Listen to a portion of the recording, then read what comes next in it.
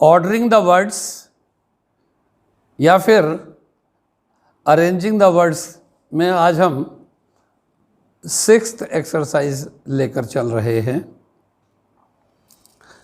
जिसका पहला सेंटेंस है Vivek a intelligent very boy is. अब आप इसको कहेंगे Vivek is a very intelligent boy. Second आते हैं one should hard work in to succeed life. सीधा सीधा क्या होगा? One should work hard to succeed in life. Then comes third sentence और 53 sentence, a good always citizen others helps। A good citizen always helps others। The next, Gandhi ji the path followed always of non-violence। Gandhi ji always followed the path of non-violence। Then comes India very is rich in minerals। India is very rich in minerals। Then it is use no time wasting your। It is no use wasting your time। Then next comes let us learn our gird to spread up education। यानी हमें शिक्षा के प्रसार के लिए कमर कस लेनी चाहिए। अब आप कर पाएंगे let us gird up loins to spread our education। इसको हिंदी बताने की इसलिए आवश्यकता पड़ी कि आप नहीं तो बहुत देर लगाते। Next, you behave never like person a good. You never behave like a good person. इसी तरह से next comes smoking health injurious is to. Smoking is injurious to health। Then comes ordering sentences में या arranging of words in sentences में last sentence of today is an idle brain workshop is devil's। An idle brain is devil's workshop। तो बच्चों इस तरह से arrange the sentences में हम 60 सेंटेंसेस कर चुके हैं, 6 क्लासेस ले चुके हैं। अगर आप इस पर ध्यान देंगे तो आपको बड़ी आसानी से सारे 60 सेंटेंसेस मिल जाएंगे।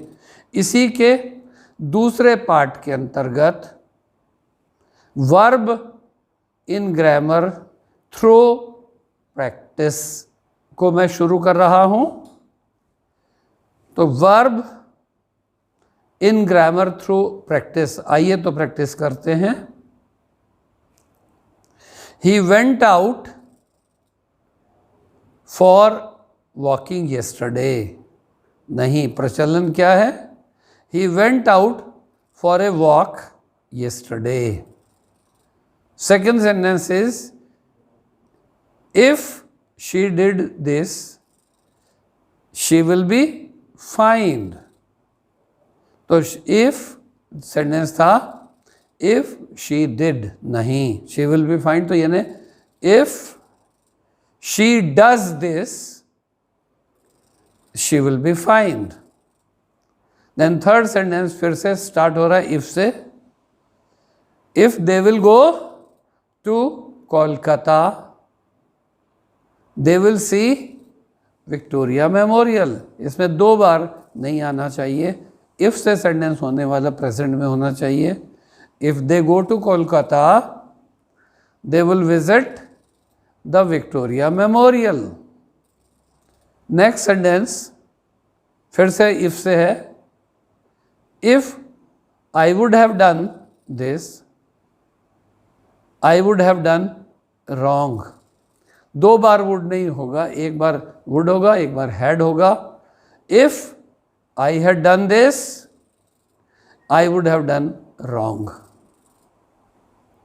Then comes that is 5th sentence or 55th sentence is my brother has left rowing। यहां पर leave नहीं आएगा, left नहीं आएगा। my brother has given up rowing। abandon भी होता है, leave भी होता है, give up भी होता है। तो सही यूज करने के लिए ऐसे ही we had left playing when our friends arrived। तो यहाँ पर भी हमने छोड़ दिया था थोड़ी, हमने रोक दिया था। we had stopped playing when our friends arrived।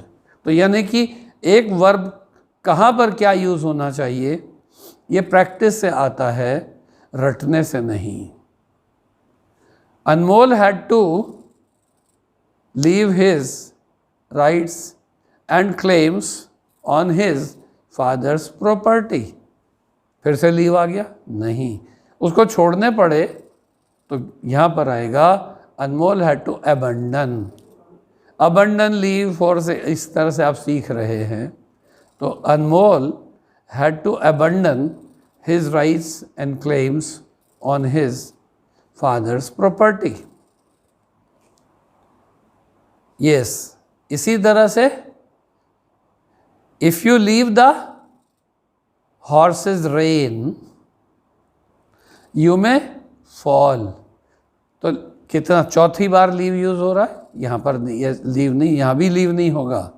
if you let go the horse's rein you may fall। then comes shall I take leave of you। देखिए 5वीं बार आ रहा है। shall I take leave of you या for की prepositional mistake हो गई।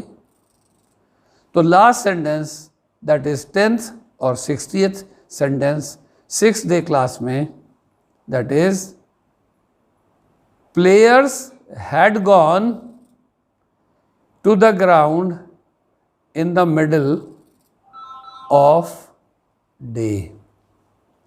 Middle of the day नहीं, players went to the ground, had gone नहीं, गए। तो क्या, players went to the ground in the middle of the day. तो बच्चों, इस तरह से आपने इसके माध्यम से क्या सीखा?